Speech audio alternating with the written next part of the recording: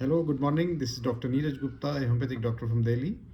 Today I will talk about what your body tells you when you're feeling tired all the time. कोई ना कोई actually underlying cause की वजह से हमारी बॉडी सिग्नल देती है और वो टायर्डनेस यानी फटीग के रूप में सामने आती है. And it is essential that we should have to listen to our body what the body is trying to tell us. इसके मुख्य रूप से 6-7 रीजंस हो सकते हैं जिसकी वजह से फैटीग्ड ऑल द टाइम या लो एनर्जी का फील करना कोई भी पेशेंट या कोई भी व्यक्ति करता है. सबसे पहला कारण है स्लीप डिप्राइवेशन, यानी कि नींद पूरी ना होना.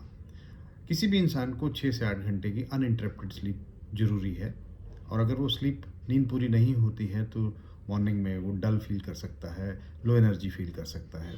दूसरा मुख्य कारण आता है हमारी न्यूट्रिशनल डेफिशिएंसीज, जिसमें कई विटामिन की डेफिशिएंसी, स्पेशली विटामिन B12 की डेफिशिएंसी हो सकती है, आयरन की डेफिशिएंसी हो सकती है, एनीमिया जिसके कारण से होता है.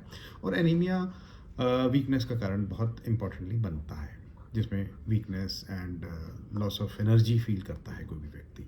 तो इसके लिए हमें बैलेंस डाइट लेना ज़रूरी है, जिसमें सारे माइक्रोन्यूट्रिएंट्स एंड मैक्रोन्यूट्रिएंट्स प्रॉपर मात्रा में हों. तीसरा रीज़न बनता है कि स्ट्रेस या एंग्जाइटी.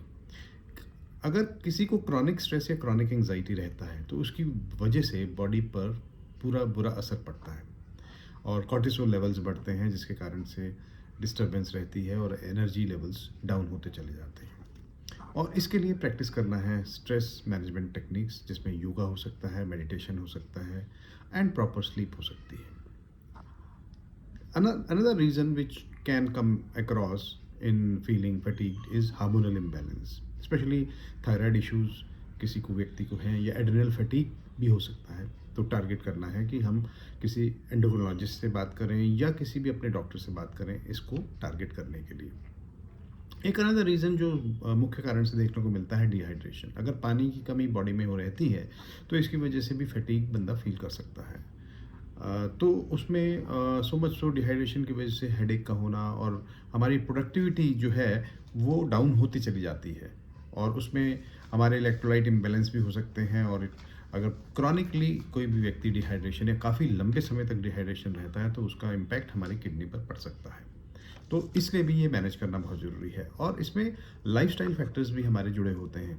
जैसे हम कहीं कोई भी व्यक्ति एक्सरसाइज नहीं कर रहा है या अच्छी डाइट नहीं ले रहा है, लाइफस्टाइल मैनेजमेंट करना बहुत ज़रूरी है इसके लिए, और जो कि बूस्ट करता है हमारे एनर्जी लेवल्स को.